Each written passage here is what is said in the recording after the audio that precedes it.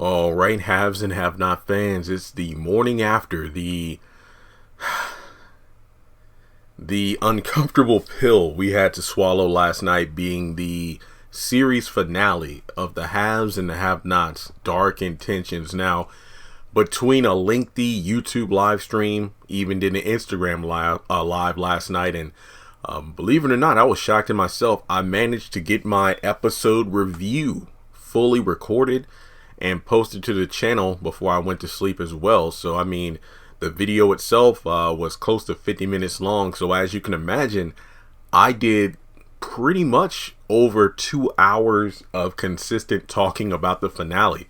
And that's not even counting the on-air commentary I did with my mom. Obviously, we watched it at 8 o'clock and we were going back and forth about what was going on. But this particular video, and let me just say, you know, I get it. It's like trying to sue McDonald's if you become obese because you eat there every day.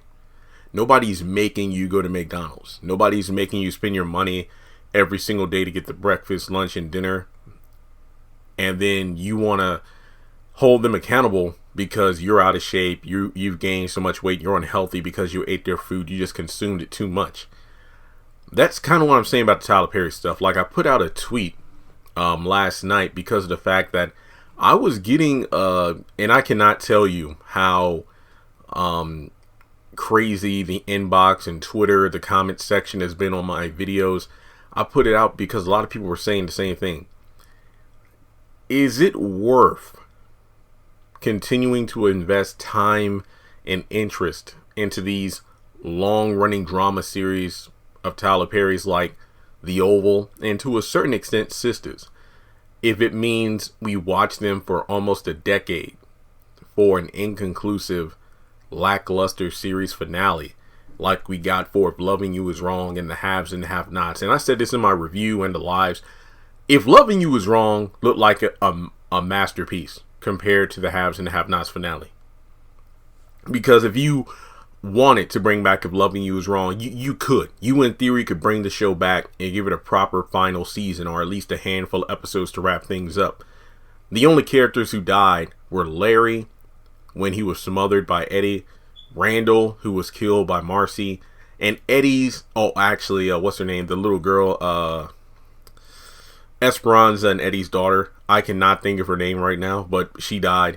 But Eddie, you could argue, bulletproof vest. Ian, well, he had a pacemaker with the taser Eddie put on him, but that cop found him, so it's possible they could have resuscitated him or something along those lines. But in terms of like all the main cast, you know, like Lucian and Natalie and Kelly and Justice and his dad who got out of jail, there are a lot of questions and follow-up in terms of, okay, so where's the well, maybe it might not be a perfect ending, but we can at least get conclusion on their storylines and things like that. It's just one of those things where you could bring the show back, but the haves and the have-nots, you seemingly killed off everyone but Hannah. And I'll do a separate video about who I think could have survived. I tweeted it out last night. I talked about it in my review, but 4 of the main cast outside of Hannah, I could buy their deaths not being full-on deaths, but like I said, that'll be its own separate video. It's just difficult to determine, and don't get me wrong, like, I'm not quitting the channel or anything like that because, you know, I need money. I gotta get that house some way, shape, or form, right? I don't know. I mean, let me just put it this way. If you opted to just kind of hit the off switch on any Tyler Perry shows from now on, I can understand why. I really can, because of the fact that I get it. Like, If Loving You Is Wrong, when it ended, I remember saying time and time again, I wasn't a day oneer. I wasn't somebody who watched the show from the very beginning. So it's like, when that final season, or let alone the final episode, aired, I can't say I felt the same amount of rage as everybody else who had watched since the first episode. You know, I had started watching and reviewing faithfully during like the last 2 seasons, but that was it. But the haves and the have-nots, I said, I've been watching with my mom since day 1. Just episode 1, day 1. We watched the premiere back in 2013. So after The Way of Loving You Is Wrong ended, which was a highly rated show on OWN in its own right, I was like, if they could do that to If Loving You Is Wrong, then the haves and the have-nots isn't safe from that fate either, to just be abruptly ended, or to end abruptly. So I'll say this much. From a story perspective, as a fan who's been watching, it was unsatisfying how it ended, but I can't sit up here and be completely angry because of the fact that, obviously the show's changed my life. I mean, look at what I do for a living because of this show, YouTube and whatnot. But at the same time, yes, it leaves a lot to be desired. I mean, to be honest here, considering I've gone so in depth in my review and the live streams, and I pretty much predicted damn near everything to a T with my videos over the past week. Oh yeah, Rihanna, is she going to help Sandy get revenge on Benny? Is that Candace being dragged up the stairs because the Malones bring Candace over to Jim? Is that Veronica being shot down and Diamond's going to kill Catherine? And then I even went so far as to do the characters who I don't think will show up in the finale. Not because I don't want them to show up, but because this isn't an extended episode, and based on the preview, it just doesn't seem to fit that they'll pop up at, such and such a time, and then Tanner giving the box, and that's a bomb. I really don't need to do that many videos. Let me tell you right now, I only have like 5 videos in front of me where I'm ranking the deaths, like I'm talking about the death scenes. Then I'm doing another video about who could have survived. Then of course this video I'm recording right now about supporting Tyler Perry shows. The debate about if that was Veronica or Laura being shot down. And then finally, and I tweeted this, I think it was, what was it, this morning or last night? What was the finale supposed to teach fans? Like, what was the overall message? Because it seemed like, we went from a wholesome story that was intriguing to Tyler Perry wanting to end the episode like it was acrimony or a fall from grace. It's like, what? I mean, the Oval's in season 2. They've already filmed season 3. I will say this much. The Oval is not perfect, but I think that in some ways Tyler Perry looked at some of the things that didn't do so well on the haves and the have-nots, and he fixed them on the Oval. And again, let me just put it this way. If you're new to the channel, like let's say because of my recent videos that have kind of blown up in such a short time because the haves and the have-nots was a trending topic, I don't work for Tyler Perry. I don't work for Tyler Perry Studios, OWN, or Viacom. I am just a fan who created a YouTube channel to communicate with other fans about these shows. So don't think I'm getting paid to advertise. The only payment I get is from YouTube ad revenue. Just putting that out there. And even my predictions, I don't write for the show. I'm just a fan who pays attention. And if you look back at like the early seasons, yeah, you had to pay attention to everything because it was hard to predict what was what. But over the past few years, maybe 2 or 3 years, the haves and the have-nots is, I ain't gonna lie, there was a stretch where I felt like, damn, is the channel going to be obsolete? Because even the, fair weather fans who watch occasionally, they were guessing stuff. It's like, Jeremy, that's a great video, but hell, me and my mom, we talked about that the other day, or me and one of my coworkers, we said, yeah, that's where the story's going. But, looking at things on the Oval, like we met Victoria's mother right off the bat, even though she got killed off. We haven't met her father yet. Look, I haven't watched episode 14, the episode from last night, because my mind was on the haves and have-nots. I'll watch that later today. But, I mean,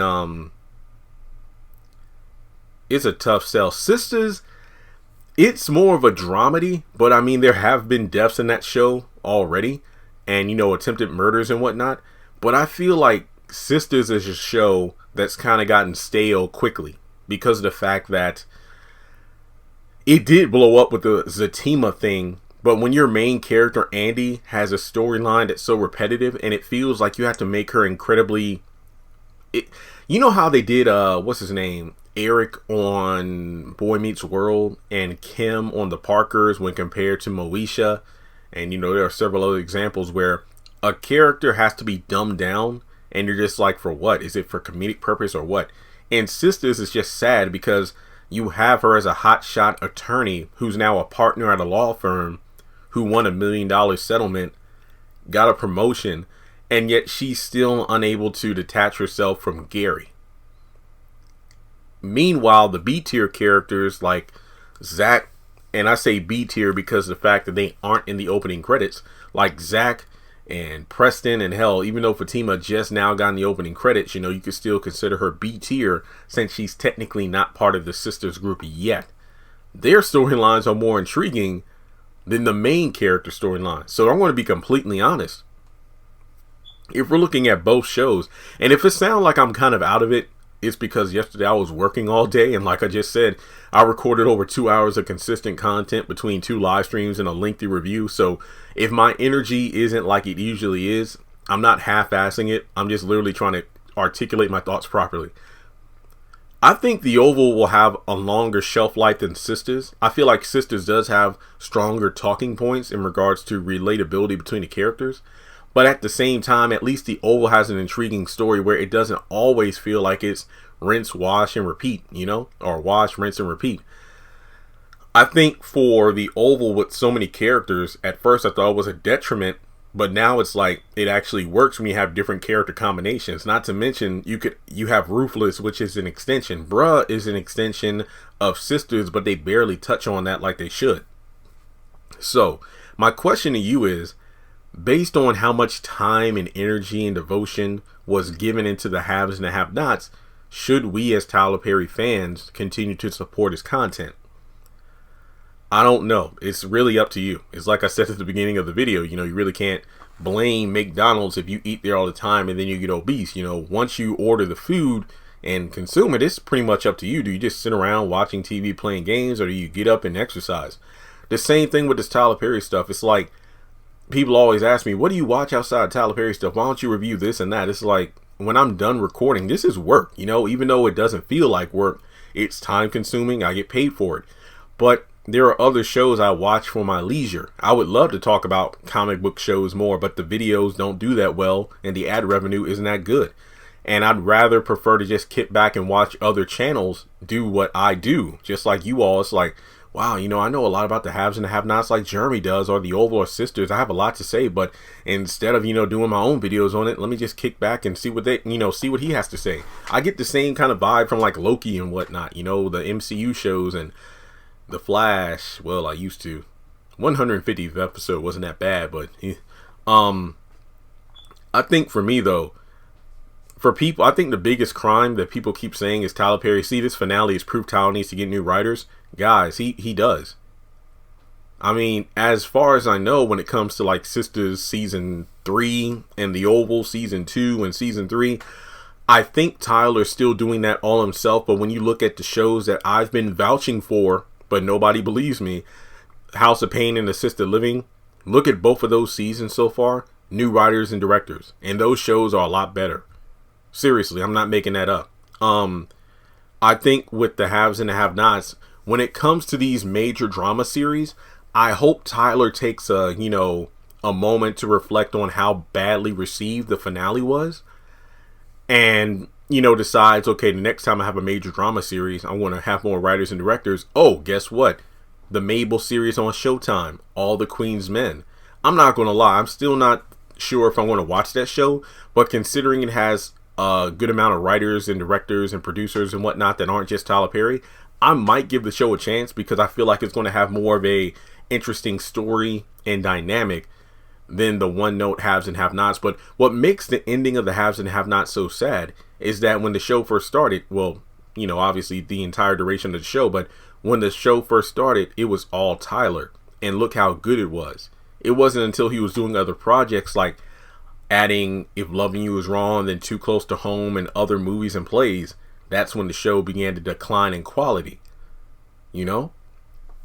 So the same thing on Viacom, where it's like he's doing so much that kind of had lackluster moments, more lackluster moments than shocking moments. But Tyler Perry is still the king of the cliffhanger. I've been saying that for years. But when it comes to the haves and have-nots, a lot of people say the same thing, about any show. Tyler Perry knows how to make one hell of a show, but he just can't stick the landing. And I feel the same about many of his movies. Like it felt like the haves and have-nots finale was trying to be something that it wasn't.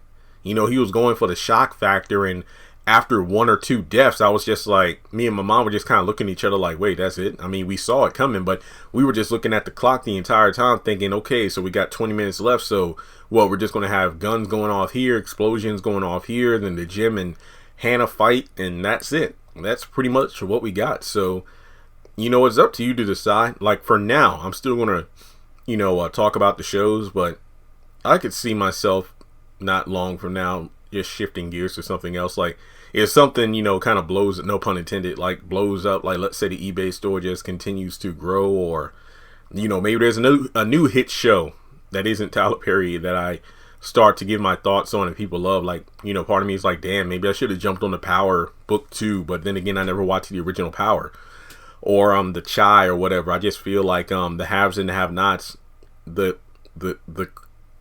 King of the Hill, that show, not the cartoon, but you know what I mean, the haves and the have-nots, the flagship, like the show that really took Tyler Perry to another level. For it to have such a half-assed ending, I felt like it was definitely a slap in the face for day oneers like myself and many of you.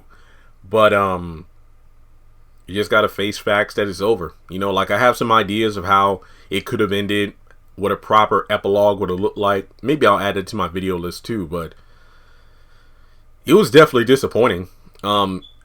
I predict, a majority of us predicted certain things, like Hannah running over somebody. But then again, somebody on Twitter is like, Jim is the only person I know to get killed from a car hitting him at 20 miles an hour.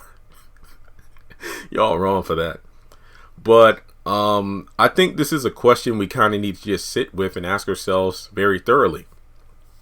Is it really worth investing in Tyler Perry shows anymore, knowing we're just going to get half-ass endings like this? But like I said before, maybe if he pays attention to like the fan backlash, and it isn't just fans demanding, I wanted Veronica to live, I wanted Veronica to have a better death, I wanted Candace to end up with Charles.